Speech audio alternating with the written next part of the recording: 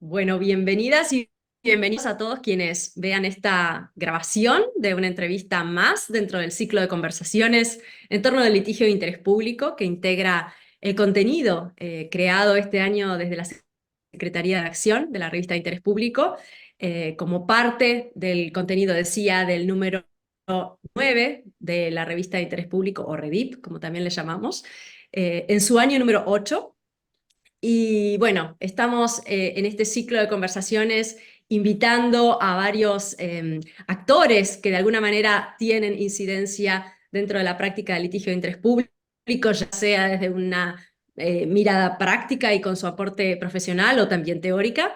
Y en este caso contamos con la participación de Roberto Saba, a quien inmediatamente introduciremos. Pero antes quiero contar que la revista de interés público es un proyecto dentro de la Secretaría de Extensión Universitaria de la Facultad de Ciencias Jurídicas y Sociales de la Universidad Nacional de La Plata. Este proyecto nace hace 8 años un poco para visibilizar la práctica, en principio, de las clínicas jurídicas, que también son otro proyecto de la Secretaría de Extensión, pero también surge desde una preocupación bastante individual, personal, de advertir que era necesario visibilizar las prácticas del litigio público, especialmente en Argentina, donde había mucha experiencia y quizá poca reflexión o poca sistematización de esta práctica. Entonces, un poco uniendo estas dos puntas, surge este proyecto, surge a partir de una propuesta que personalmente hice a la Secretaría de Redacción, perdón, a la Secretaría de Extensión, y bueno, para quienes no me conocen, yo soy María Carlota Usini, soy la directora entonces de la revista de Interés Público. Hoy me encuentro con la también presencia de Vanina Redondo, quien es colaboradora ya desde hace varios años en la Secretaría, ahora sí, de redacción de la revista. Y bueno, Vanina ahora va a también hablar un poquito y también presentar a nuestro invitado del día de la fecha. Bueno, Entonces, gracias este es un- Carlota. Hola a todos y todas. Gracias por estar del otro lado. En esta oportunidad contamos con la presencia de Roberto Saga, que es profesor de Derecho Constitucional y de Derechos Humanos en la Universidad de Palermo y en la Universidad de Buenos Aires. Luego, en la ficha que anexaremos en la entrevista, vamos a ver más detallada su formación y sus trabajos, pero bueno, le agradecemos hoy por estar con nosotros y le damos la bienvenida. Andreas. Muchas Bueno, gracias, gracias a ustedes. Bueno, un gusto. Y un poco para lanzar en el andamiaje de esta conversación, tenemos algunas preguntas y queríamos comenzar con preguntarte cómo, desde tu mirada, y desde tu experiencia, pero también desde tus reflexiones, ¿cómo podrías evaluar hoy la práctica del litigio de interés público en Argentina?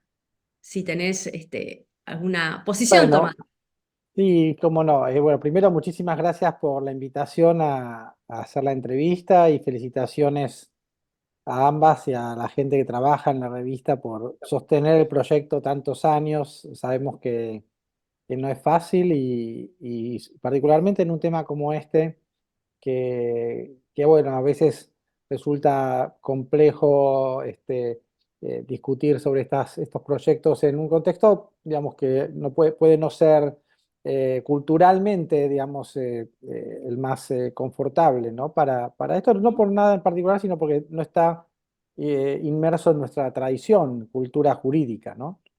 Así que gracias y felicitaciones. Eh, sí, mira, no, todo lo que diga no está respaldado por evidencia científica, sino son más bien mis percepciones, ¿no? Este, eh, yo creo que el litigio de interés público se sigue sosteniendo, sobre todo en el trabajo de algunas clínicas, en algunas facultades de Derecho en Argentina y también en América Latina, y también en el trabajo de algunas ONGs de derechos humanos, también en Argentina y en la región. Eh, Aunque, sin embargo, tendría que decir de que desde mi perspectiva, la intensidad de ese trabajo es bastante menor que la que supo tener en algún momento cuando estos proyectos surgieron con más fuerza, si querés, que yo diría, esto sucedió más o menos a mediados de la década del 90, entre mediados de la década del 90 y principios del siglo XX, digamos, hubo ahí un periodo de unos 10 años en los que hubo una actividad bastante intensa, tanto de las ONGs que incorporaron a su trabajo de promoción de derechos el litigio en materia de litigio colectivo o litigio de interés público en materia de derechos humanos, derechos civiles, derechos sociales, y también desde el punto de vista de las clínicas jurídicas que en nuestra tradición jurídica, marcada fuertemente por lo que es la tradición continental, no contábamos con este tipo de entrenamiento de los alumnos en litigio de interés público, algo que sí se ve con más fuerza y por varias décadas en las universidades anglosajonas en general, pero yo conozco más, por ejemplo, la de los Estados Unidos, que es muy fuerte, Sudáfrica es muy fuerte. Este, en general, parece ser que en algunos países de tradición del common law, esto ya existía como una parte del trabajo en las carreras de abogacía. Nuestras carreras de abogacía en general sí contaban con una práctica jurídica que no es exactamente lo mismo que el litigio de interés público. Así que te diría que hubo como un momento de mucho interés, de mucho trabajo. Tuvo que ver también quizá con el financiamiento. Había muchas fundaciones importantes comprometidas con este trabajo.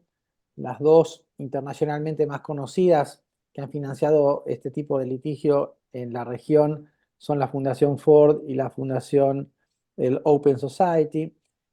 Ambas han sido muy importantes en instalar esta práctica pedagógica en las universidades y de advocacy o de promoción de derechos en las ONGs. Esto hoy se ve un poco disminuido, creo yo, en la intensidad, no en la calidad sigue siendo excelente, muchas clínicas y organizaciones lo siguen haciendo, pero un poco por un lado me parece que ha mermado el financiamiento de este tipo de actividades.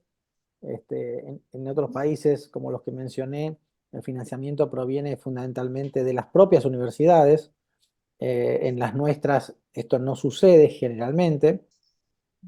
Entonces tenés un problema allí de cómo sostener esta actividad, que bueno, tiene profesores, tiene trabajo como el que realiza un estudio jurídico, tiene incluso costos, costos litigiosos, que hay que solventar. Entonces ahí tenés un problema, me parece que afectó la práctica y que puede ser una explicación de la merma en la intensidad. También puede ser que en los tribunales mismos vivimos una época en algunos países de mucha receptividad de este tipo de litigio. Esto no sé si uno puede sacar una conclusión general, pero en algunos países esta receptividad no es la misma. Entonces esto también podría ser una explicación de menos actividad. O sea, si yo ya sé que los tribunales no van a ser muy abiertos a este tipo de planteos, quizá eso también desestimule el litigio. Habría que investigarlo. Esos son, te diría, lo pongo en esos términos, temas para investigar, ¿no es cierto? O sea, si han pasado estas cosas y si hoy estamos ante una situación diferente a la del, llamémoslo, el boom del litigio de interés público, ¿no? Ujú. Sí, esto último es muy interesante, ¿no? Porque yo también lo pensaba como hipótesis de investigación, porque en definitiva es cierto que a partir del 94 existió este boom y también tiene que ver con lo que no has mencionado, pero seguramente asumías como implícito, que es la reforma constitucional en Argentina y en muchos países de Latinoamérica, de hecho, que es contemporánea, y esta ampliación de la legitimación, ¿no? Porque por más financiación que hubiera, el determinante jurídico también fue la legitimación. Pero también es cierto que a nivel procesal y a nivel de práctica de los tribunales, nada se modificó pese a esta reforma constitucional. Entonces, puede haber, en esto que describís, veo como un desgaste también de la práctica, ¿no? Como una práctica que tiene su ímpetu, pero que choca contra un sistema basado en los procesos individuales, tradicionales, y bueno, por consecuencia de poca receptividad para reclamos que tienen de por sí una mirada colectiva en general, ¿no? Sí, son todos muy buenos puntos, Carlota. Por empezar, como bien decís, la reforma del 94 en Argentina, ¿no? Que es una situación particular de la Constitución, abrió la legitimación activa para el litigio colectivo, por lo menos en el amparo. Este, y esto, por supuesto, generó condiciones propicias desde el punto de vista procesal, para promover este tipo de acción. No es que antes de esta reforma no se pudiera o no se hiciera litigio de interés público, de hecho hay casos anteriores a la reforma que promueven, digamos, un reclamo colectivo o estructural, pero la reforma lo que permite es allanar el camino de la interpretación judicial respecto de justamente el carácter colectivo o estructural de un pleito, ¿no? Antes de la reforma, no todos los jueces eran receptivos de un planteo de estas características. Después de la reforma, no digo todos lo sean, pero había un instrumento constitucional para usar. La Corte Suprema, vos decías, nada se modificó desde la reforma. Yo diría que sí, algo sí se modificó, en el sentido de que la Corte Suprema fue muy receptiva a través de su jurisprudencia de este tipo de legitimación y también de remedios estructurales.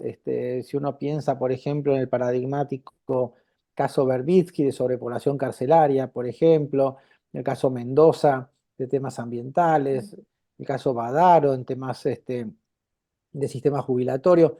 Digamos, la Corte Suprema en particular y algunos tribunales inferiores también han sido receptivos. Incluso hicieron algo que no sé si les correspondía, pero que fue llenar un vacío también regulatorio, legislativo, porque el que está fuertemente en deuda en la Argentina por lo menos es el Congreso de la Nación, que no ha regulado como corresponde lo que sería el litigio colectivo. En la Constitución, como decías, en el 94 se incorpora esta figura del amparo que la Academia ha llamado colectivo para litigar casos en los cuales hay afectaciones estructurales o colectivas, pero recordemos que es un instrumento limitado, ¿no es cierto?, para el amparo.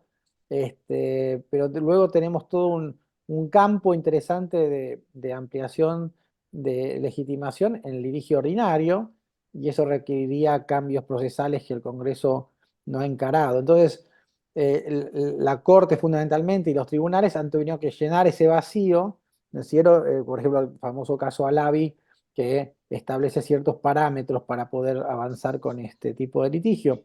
Sí. Entonces, algo avanzamos, tenemos una reforma constitucional, tenemos una capacidad instalada, de hecho estamos hablando de algo que hace 20 años no hubiera tenido ningún significado, la gente no se hubiera escuchado de qué están hablando. Bueno, hoy tenés una conversación, hay una audiencia, hay prácticas, hay ONGs, hay clínicas, hay alumnos, hay profesores. Algo se avanzó en eso y desde el punto de vista de la interpretación constitucional de la Corte también. Este, eh, Te agregaría que hay otro tema que también ha surgido, eso ha surgido más, me parece, en el norte, en los Estados Unidos y en las fundaciones quizás que están influenciadas por el pensamiento de ese país, de empezar a tener una mirada crítica al litigio de interés público. Mirada Sí. que en principio yo no comparto, pero puede ser que porque estoy muy vinculado a este tipo de práctica, pero ha empezado a cobrar fuerza una crítica que parece sostener que, bueno, no está tan claro que el litigio en los tribunales sea un instrumento eficaz para cambios políticos, ¿no es cierto? Mm. este, Tanto porque es muy difícil establecer la causalidad entre tu planteo judicial y un cambio de política. Hay un famoso libro que escrito hace varios años ya, se llama The Hollow Hope, ¿no? Que es una mirada crítica de cómo uno puede estar litigando casos que den como resultado decisiones adversas a la agenda que uno quiere avanzar, ¿no es cierto? Este, y por otro lado, también una cierta mirada crítica del rol del Poder Judicial en general, ¿no? En nuestro país, por ejemplo, la justicia que ha tenido una, un índice de confianza por parte de la ciudadanía muy alto después del juicio a las juntas militares en el 85, en los 90 atraviesa una situación de profundo descrédito. A principios del siglo XXI, 2004 en adelante, con un cambio en la Corte, empieza a recobrar alguna legitimidad perdida, por ejemplo, a través de estos fallos que mencioné. Luego, otra vez, parece decaer. Entonces, el índice de confianza en los tribunales te impacta en esta estrategia de advocacy o litigiosa, porque, bueno, de alguna manera, que esta práctica sea exitosa depende de la credibilidad de los tribunales también, ¿no? Así que Ujú. bueno, son muchos factores Sí, que están en juego.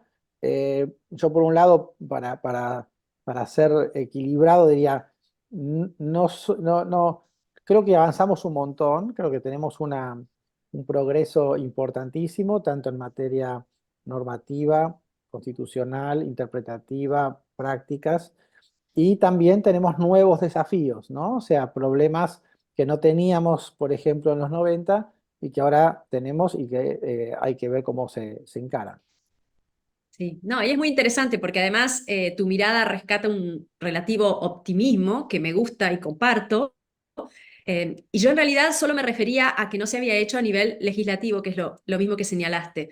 Pero ahora con esto último de las críticas, que es un aspecto muy interesante y que en realidad es muy contemporáneo, porque si bien uno suele mirar a Estados Unidos como el lugar donde los antecedentes del litigio de interés público inspiraron también las prácticas locales de otros países, uno advierte que es allí donde hubo cierto repliegue de la práctica y cierta mirada crítica, ¿no?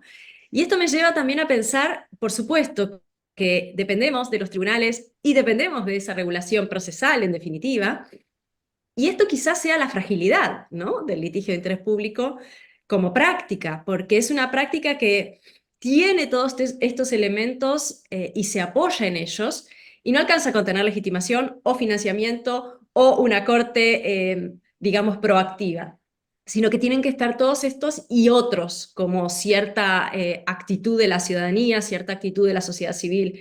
Entonces, bueno, quizá esa sea la mejor conclusión, que hay una fragilidad en la práctica que hay que cuidar. Hay una fragilidad, es cierto, y que hay que ser consciente de ella. Agregaría también a que muchas veces el litigio de interés público se asoció con una agenda determinada, generalmente vinculada a una agenda progresista, liberal, y en los últimos años también ha sido el litigio de interés público utilizado como herramienta para avanzar con agendas más conservadoras, ¿no? Entonces, eso también puede haber afectado la forma en la que uno ve la práctica, porque ya no es privativa de una agenda en particular, sino puede ser utilizado por otras agendas. Pero yo igual creo, no es un tema de optimismo, sino te diría también de ¿cómo decirlo?, de una mirada como estructural del sistema democrático constitucional. O sea, la democracia constitucional, como sabemos, combina dos elementos valiosísimos. Uno es el elemento democrático de autogobierno ciudadano y otro es el elemento constitucional que limita ese autogobierno cuando ese autogobierno pudiera eventualmente avanzar contra derechos. Sí, Por lo tanto, la práctica del derecho del litigio de interés público, la buena práctica en los tribunales, la legislación que haga posible todo esto, no es algo que pueda depender de una moda o de una tendencia. Digamos que el debilitamiento del litigio de interés público, si se diera, podría afectar el funcionamiento del sistema político, en el sentido de que hay reclamos estructurales o reclamos colectivos que no van a existir si no existe el litigio de interés público en cabeza de ONGs o de facultades de derecho, porque digamos, eh, si tomamos el caso de la sobrepoblación carcelaria, eh, solo es imaginable un planteo estructural como el que hizo el CELS en ese momento, si lo hace el CELS, o sea, no lo puede hacer ningún interno individualmente, es raro que lo haga un abogado individualmente. Este tipo de litigio requiere de mucho tiempo, muchos años de entrenamiento en entender cómo ese tipo de problemas, cómo hay que plantearlos. En el caso particular del caso Berbisky, yo creo, no lo tengo verificado, pero que también los años de práctica litigiosa en el sistema interamericano fueron un insumo importante para poder litigar casos estructurales en la Argentina. Entonces, ese tipo de litigio, que a su vez es fundamental para la protección de ciertos derechos que están afectados estructuralmente, requieren de una capacidad instalada que, si no estuviera, me refiero a recursos humanos, conocimiento, experiencia, recursos, el sistema político, democrático, constitucional, en una parte por lo menos, se vería fuertemente afectado. Entonces, creo que acá hay que pensar cómo hacer sostenible el litigio de interés público como parte de un sistema político que sin él, eh, digamos, funcionaría mal. Esto sí, por ejemplo, lleva, por lo menos en mi caso, trasladaría el foco a los que trabajan, por ejemplo, en derecho procesal. Yo creo que el derecho procesal, y aquí en La Plata hay gente muy interesante trabajando estos temas, como Verdic. Digamos que el derecho procesal puede disparar, cambiar incentivos. Toda la legislación de acción de clase, por ejemplo, en los Estados Unidos, provocó prácticas.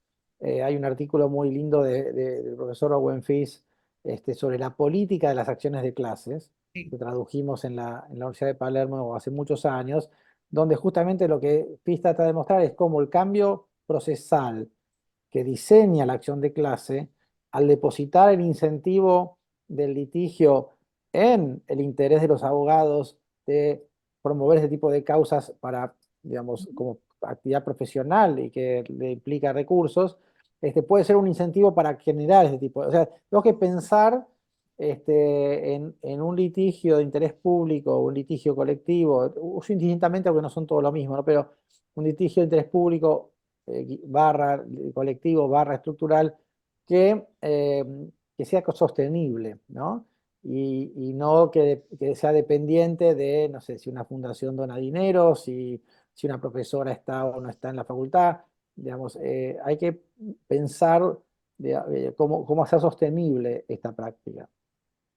Sí, que esto es muy interesante porque si uno mira la experiencia en Estados Unidos, fue una decisión política de financiar a los estudios jurídicos para que llevaran adelante este tipo de reclamos, prefiriendo incluso la canalización por vía legal o la legalización de los reclamos antes que la movilización social fuera de las cortes, ¿no? Y esto hizo en Eh, parte sostenible el sistema.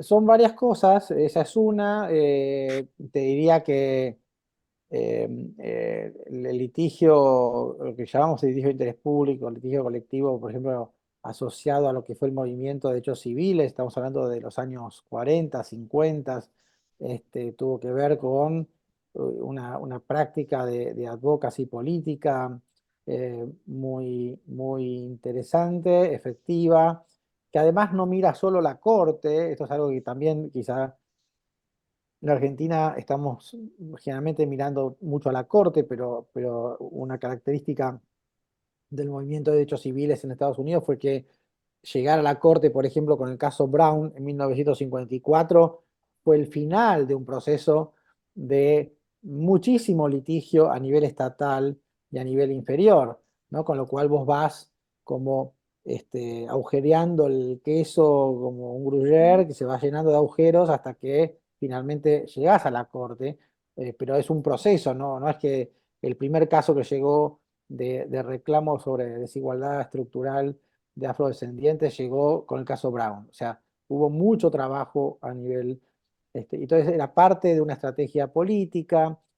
También un tema no menor es que en los Estados Unidos, y yo creo que puede ser parecido en Argentina, los alumnos de las facultades de Derecho demandan este tipo de actividad en las carreras. O sea, las facultades de Derecho, bueno, ahí el sistema funciona distinto, ¿no es cierto? Hay todo un sistema de admisión, hay mucha competencia entre facultades de Derecho por los alumnos. Y generalmente los mejores alumnos, que son los que las facultades de Derecho buscan para después a su vez poder tener mejor reputación por sus egresados.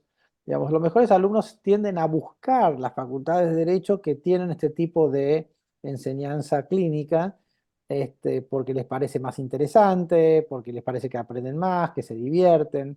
Entonces, quizá este es otro factor importante, ¿no? La demanda de los estudiantes. Por ejemplo, los estudiantes demandan lo que conocen. Si no son expuestos a la posibilidad, tampoco la van a demandar. Pero eso es otro factor. Y fíjate que los estudios jurídicos, por ejemplo, también. Los estudios jurídicos que quieran atraer a los mejores jóvenes abogados y abogadas, tienen que tener en su actividad pro bono litigio de interés público también, porque generalmente los estudiantes, los mejores graduados, cuando tienen que elegir a dónde ir a trabajar, prefieren el estudio jurídico que les deja algún espacio de su actividad profesional a el litigio de interés público pro bono desde un estudio, por ejemplo, asociado a una ONG.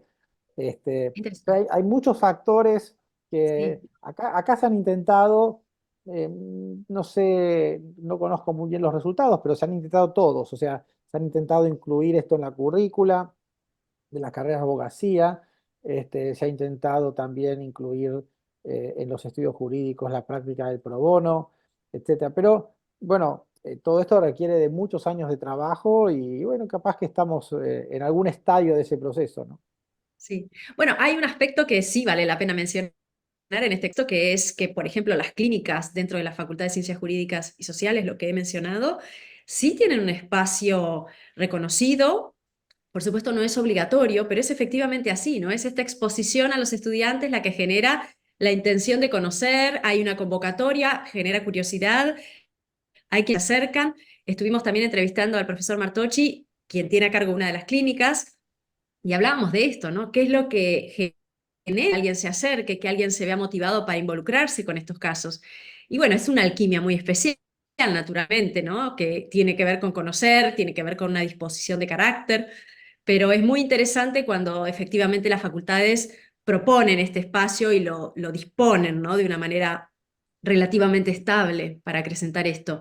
Ahora, un poco uniendo los puntos de lo que veníamos hablando, porque mencionaste algo que me gustaría subrayar porque estaba dentro de las cuestiones que queríamos conversar contigo, y tiene que ver con este enfoque diferenciado del litigio de interés público, ¿no? O el enfoque del interés público en sí, podríamos decir, tiende a complementar la mirada tradicional del derecho y un reclamo, incluso por la igualdad, que es lo que vos has trabajado, que podría quedarse acotado a un reclamo individual, puede ser resignificado o redimensionado desde el enfoque provisto por el interés público para mirar sus causas estructurales, para buscar soluciones abarcativas y colectivas.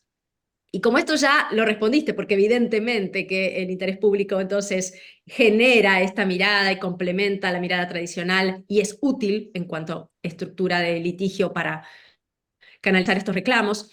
La pregunta que sigue entonces, también tocando lo que acabamos de decir, y más allá de las clínicas y más allá de lo que hay, pensando un poco más allá, ¿cómo podríamos fomentar en los profesionales, si hay algo que se nos ocurre, ¿no? Y que quien nos escuche pueda tomar, para fomentar este enfoque, para fomentar esta mirada alternativa?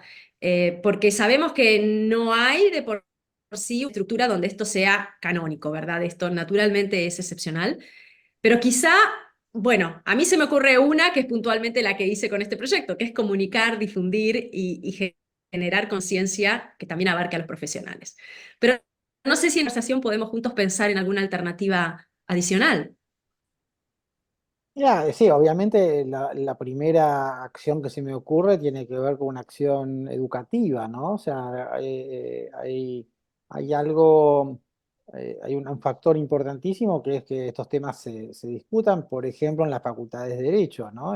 Si la forma en que nuestros abogados y abogadas, futuras abogadas y abogados son formados en la Facultad de Derecho, omite un enfoque, por ejemplo, de afectaciones estructurales de derechos en general, y puede ser de derechos sociales, de derechos civiles como el caso Berbisky, de derecho a la igualdad, pero si esto no se discute en la carrera, difícilmente después tengas abogados y abogadas que estén preparados para litigar estas vanas. Entonces, esta es una cuestión. La otra nos vuelve a llevar al litigio de interés público como actividad, llamémosla política. digamos, que es generar decisiones en los tribunales, o sea, en la medida en que los tribunales reconozcan este tipo de planteos, y que en la medida en que ordenen remedios a estos planteos que sean estructurales, como pasó con el caso Berbigi, bueno, va a ser más fácil, o va a estar bastante allanado el camino para generar más práctica en este sentido, ¿no es cierto? O sea, si los tribunales son fuertemente refractarios a este tipo de planteos, difícilmente la práctica igual puede existir. De hecho, cuando se produce, digamos, el movimiento de hechos civiles en Estados Unidos, los tribunales no eran naturalmente proclives a los planteos, pero buenos abogados y buenas abogadas haciendo estos planteos pueden convencer de jueces y juezas en diferentes instancias hasta lograr decisiones estructurales en distintos niveles. En la Argentina tenemos muchos antecedentes, incluso antes de la reforma del 94, de planteos que han sido receptados por los tribunales en materia de afectación estructural. Claro, con la reforma esto se volvió más legítimo, ¿no es cierto? Ya no eran interpretaciones judiciales, sino ya era un mandato constitucional. Pero igual hay mucho terreno por recorrer, porque el hecho de que la Constitución habilite un amparo colectivo, no quiere decir automáticamente, o no es evidente que, por ejemplo, la resolución de un caso por parte de los tribunales deba ser estructural. Esto requiere de un trabajo argumentativo, y bueno, las facultades de Derecho tienen un lugar central en esa materia, las revistas jurídicas tienen un lugar central en ese campo, las ONGs que hacen activismo tienen un trabajo central, ¿no? Así que yo diría que ese es un poco lo que podría, un punto de partida, digamos, la educación, el entrenamiento, la visibilización de este tipo de planteos. El trabajo en derecho comparado, hay muy buenos antecedentes de este tipo de litigio en la India, en Sudáfrica, en Colombia y en los Estados Unidos desde los años 50. Entonces tenemos una buena cantidad de trabajo en el derecho comparado, ¿sí? Que no es en todos los países, por supuesto, o sea, no tenemos casos de litigio estructural en Chile, no tenemos muchos casos de litigio estructural en España, pero sí Ujú. tenemos algunos antecedentes que han servido en estos últimos 20, 30 años para mostrar que hay alternativas, tanto en el litigio, tanto en la legislación procesal sobre todo, como en el tipo de remedios judiciales que pueden los jueces idear y proponer, ¿no? Sí, sí, que absolutamente creo que la mirada comparada es sumamente interesante y no como un ejercicio meramente con regulaciones, sino de las prácticas y de las experiencias y de las decisiones, ¿no? Y Claro. bueno, actualmente por mi posicionamiento estoy analizando un poco la experiencia de lo que es el litigio por el cambio climático, que a mi modo de ver es otra forma de litigio de interés público porque tiene los mismos elementos centrales, pero es sumamente interesante cuando uno revisa las decisiones y ve las mismas discusiones que antes teníamos en contextos locales, cuestionando la intervención de los tribunales, cuestionando los alcances de la revisión judicial sobre cuestiones, entre comillas, políticas o de índole política.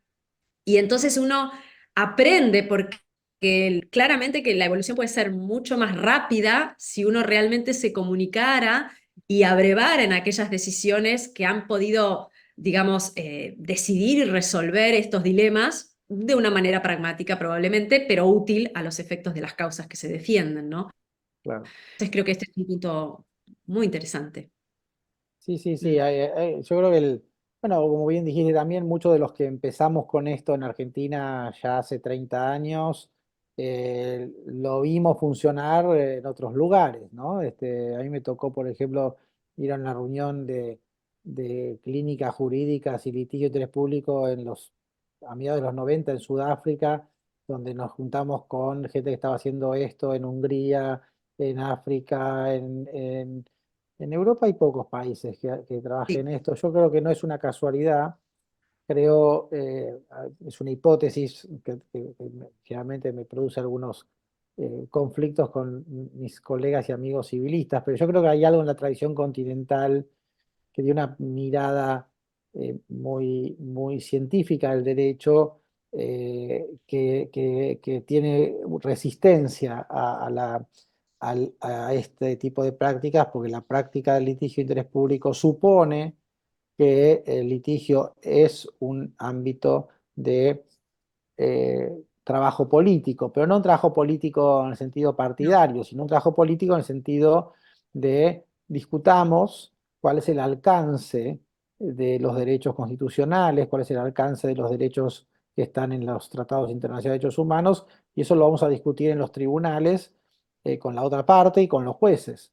Entonces, este tipo de práctica que no asume que el derecho surge evidentemente de la aplicación del texto legal, que es una mirada más formalista, que se vincula mucho a la tradición continental, puede ser una de las razones por las cuales la práctica no se ha extendido en Europa continental y tampoco quizá en las ex colonias americanas, salvo en Estados Unidos, que es un caso raro también, porque además combina una tradición de common law inglesa con una constitución escrita y un control judicial de constitucionalidad y una regla de precedente que hace que todo eso genere un marco favorable al litigio de interés público, mientras que en nuestra tradición continental tenemos muchos obstáculos, ¿no? O sea, suponete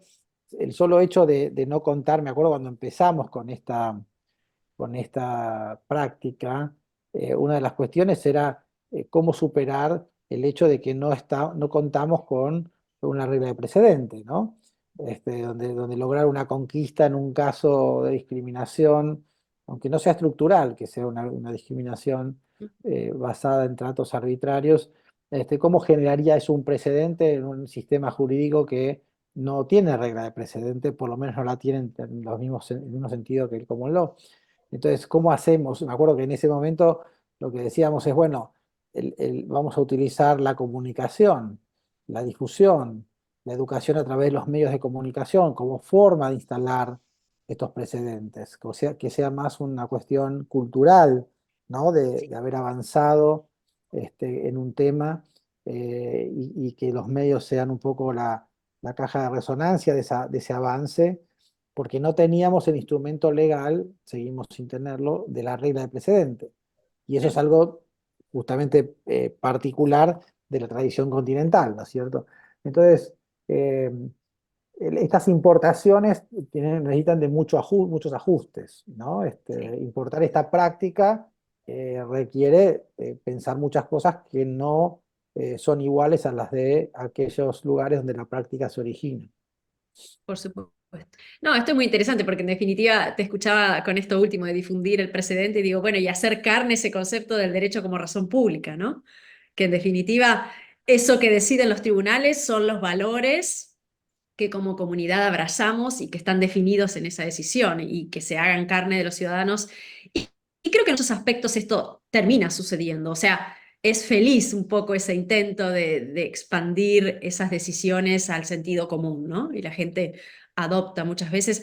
Y un caso interesante es el caso Cisnero, también decidido por la Corte en definitiva, donde, por cierto, no hay un precedente, pero sí queda instalada la cuestión de la discriminación. Para quienes no conocen el caso, es un caso de discriminación contra las mujeres, que en la provincia de Salta no podían ser conductoras de colectivos, no por una norma explícita que lo prohibiera, sino por una práctica, ¿no?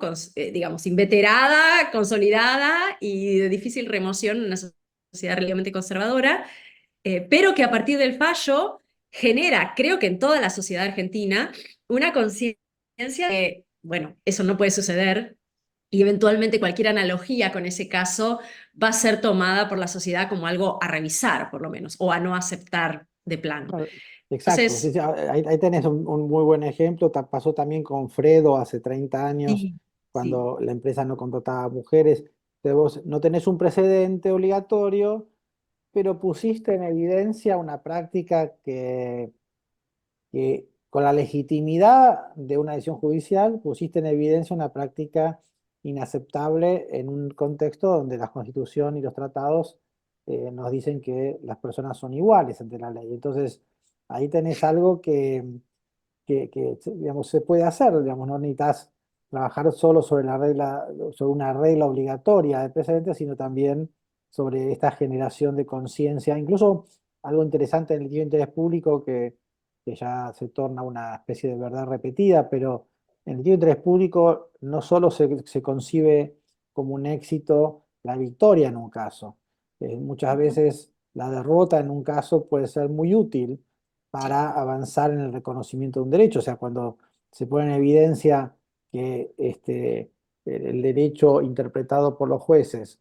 no nos da la razón en materia de discriminación, en la materia ambiental, bueno, esa derrota también puede ser un interesante avance porque genera debate público, porque genera discusión y en definitiva, en general, el litigio de interés público forma parte de un complejo de estrategias de advocacy o de promoción de derechos, ¿no? No es la única, eso también es muy importante, no desconectar el litigio de interés público de la actividad, por ejemplo, en los movimientos sociales, ¿no? O sea, cuando pensamos un caso en la facultad, eh, tenemos que informarnos, tenemos que interactuar con aquellos que están siendo afectados, porque muchas veces los abogados creemos que sabemos qué es lo que le importa al afectado o afectada y resulta que es algo muy distinto a lo que nosotros creemos. Entonces, este trabajo junto con las ONGs, con los movimientos sociales, con la prensa, este, hace que el dirigente de interés público sea uno más de un complejo de estrategias. Esto me parece muy importante porque durante muchos años, cuando el litigio de interés público fue solo llevado por abogados, sin esta conexión, no fue tan interesante, los logros no fueron tan importantes, y a veces incluso lo que era un logro para los abogados que llevaban el caso no lo era para quienes eran las víctimas. Entonces, concebir también el litigio de interés público como una parte, una fracción de una estrategia compleja de avance en la protección de derechos. Claro, incluso ni siquiera a veces se quiere llegar a una sentencia, digamos, que el proceso, no sé, se ponen mesas de trabajo, eso es lo que vos decís, difusión de los derechos, del problema, ya con eso se considera un logro, digamos. Sí, Sí, obviamente preferimos la victoria, pero si no se diera, bueno, toma, a ver, el caso creo Berbisky da para mucha discusión, ¿no? Porque allí la Corte imagina un remedio procesal que no es un remedio, digamos, definitivo, es un remedio más de proceso que de resultado. Esto ha recibido críticas, ¿no es cierto? Y también, por otro lado, fue una especie de disparador de conversaciones muy importantes sobre qué tipo de remedio judicial sería el más apropiado para casos estructurales. Pero sí generó una posibilidad. También es cierto que hay que volver sobre los temas procesales, porque, por ejemplo, la Corte Suprema intentó hacer algo parecido a lo que hace la Corte Suprema de Estados Unidos en casos similares, pero, por ejemplo, no tomó los recaudos necesarios para que algún actor vinculado a la Corte monitoree el proceso de ejecución de la sentencia. Entonces, me parece recordar que alguien le preguntó a un juez de la Corte, bueno, ¿y ahora cómo seguimos? Porque ahora la sentencia está, pero hay que hacer cumplir a la provincia de Buenos Aires. Bueno, la Corte ya, el juez dijo, la Corte ya hizo lo que tenía que hacer, que es marcar el problema, ahora ustedes sigan. Bueno, no es tan así. No es lo exacto. mismo que la Corte esté involucrada en la ejecución de la sentencia, que dependa de la negociación entre el poderoso gobierno de la provincia y la no tan poderosa ONG que litigó. Entonces, pero estos son todos desafíos, por ejemplo, en este caso, creo, del derecho procesal y por lo tanto de la academia, de las facultades, de los legisladores, que podrían generar normas que creen, digamos, un marco para que esto funcione mejor.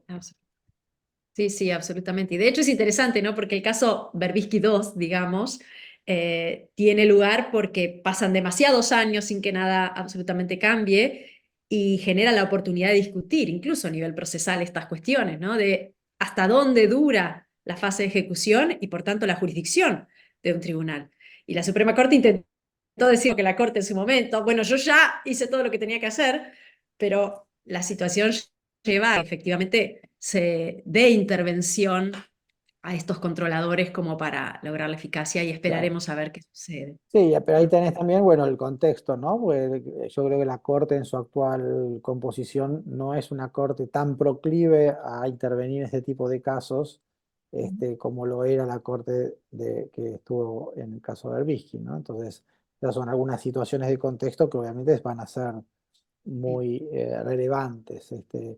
Pero bueno, antes de Berbisky, de Badaro, de Mendoza o de muchos otros casos, tampoco los tribunales estaban preparados o acostumbrados a decidir de esta manera. Fue gracias al planteo que provocaste la decisión. Entonces, el planteo hay que seguir haciéndolo.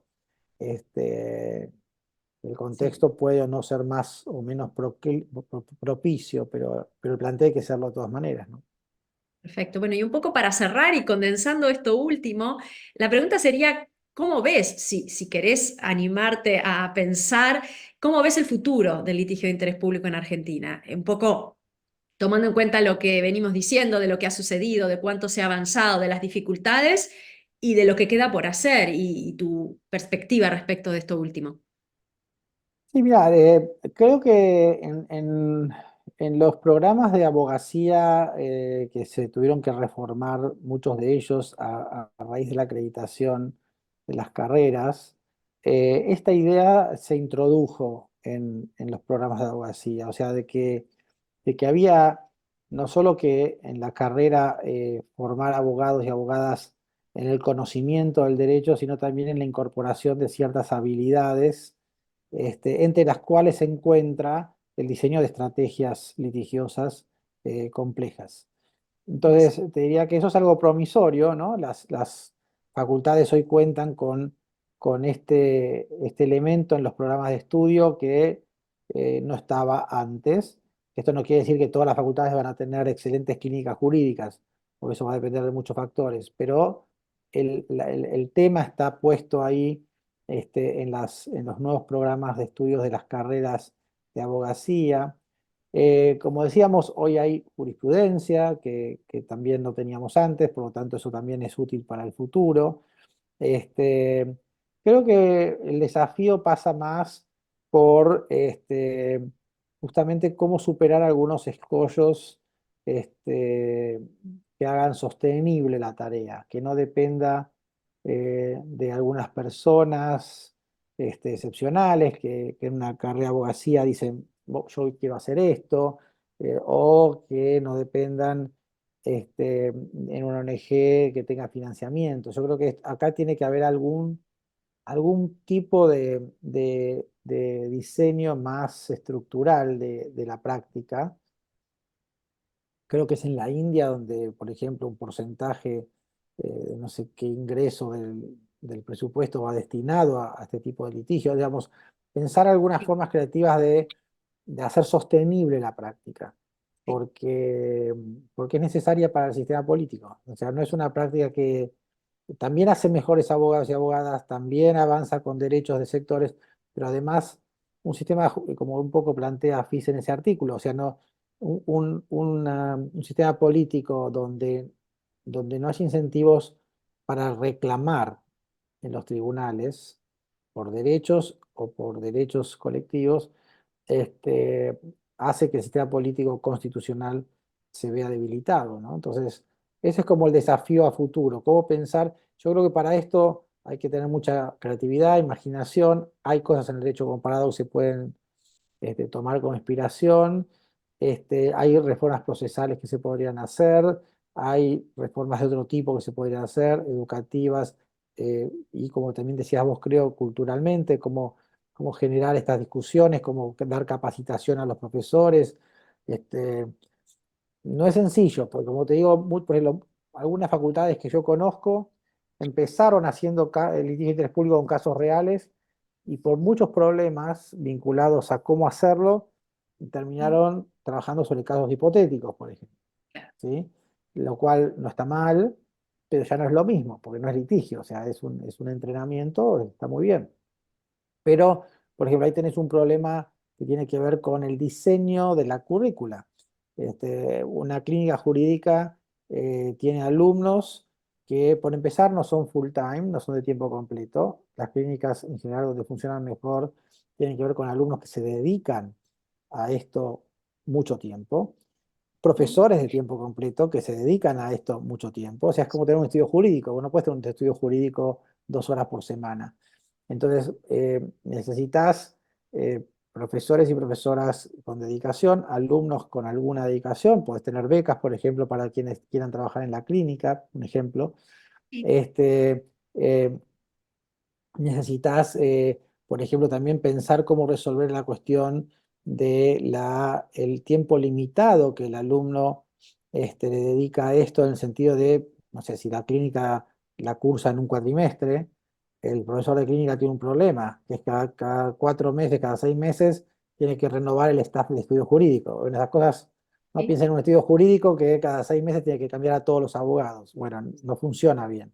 Entonces, puede ser un tema de cómo extender esa materia a un año, cómo hacer que sea escalonada para que nunca haya que renovar completamente el grupo de alumnos. No sé, hay miles de cuestiones que resolver. Bueno, la única forma de resolverlos es ponernos a pensar en eso. Sí, muy interesante. Y la verdad que creo que todas son puntas para explorar y quien eventualmente se desempeñe en estos roles decisorios, ojalá escuche y pueda sentirse inspirado por esto. La verdad que muchísimas gracias. Creo que ha sido una conversación sumamente rica, tomando no solo tus reflexiones, sino también tu experiencia en el tema. Así que, bueno, me resta agradecerte y agradecer en nombre de quienes escuchen esta entrevista la oportunidad de escuchar tus pensamientos. Muchas gracias a ustedes por la invitación y felicitaciones de vuelta por el trabajo. Muchas gracias, Roberto.